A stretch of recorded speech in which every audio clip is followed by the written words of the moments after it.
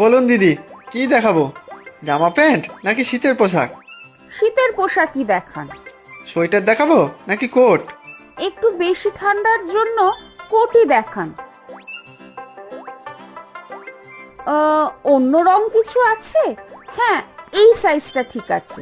ঘন নীল আর কালো রঙের আছে, আর একটা লাল। না না, লাল নয়, কালোটাই একবার দেখি। এই দেখুন, খুব ভালো জিনিস দিদি, পরলে মনে হবে একেবারে সাহেব, আর গরমও খুব হবে।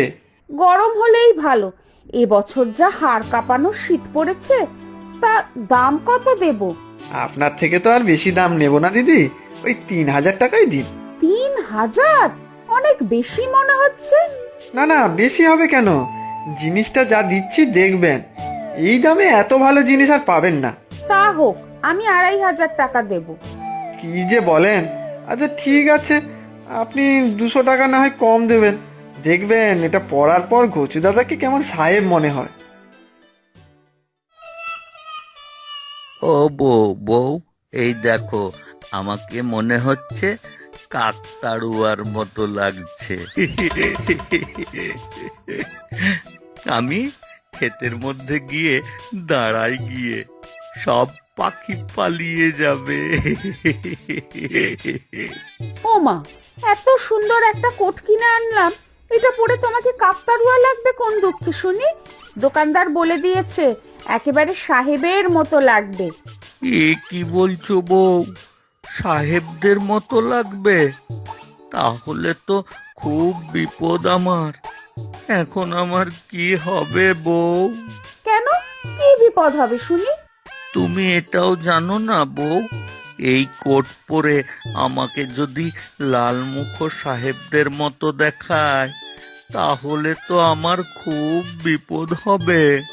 সবাই বন্দে মাতরম বলবে, তারপর ইংরেজ ভারত ছাড়ো বলে দেশ থেকে ভাগিয়ে দেবে।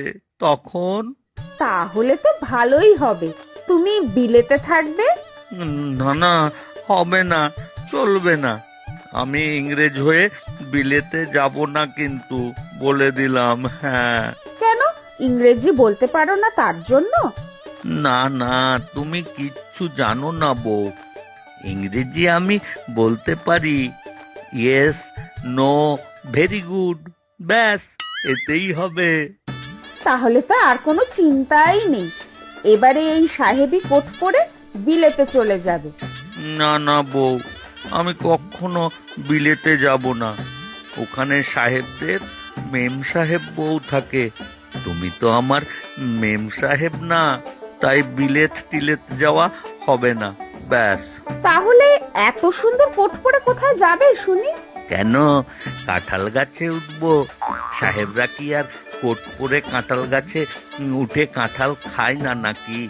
সর্বনাশ, এই শীতকালে কাঁঠাল পাবে কোথায়?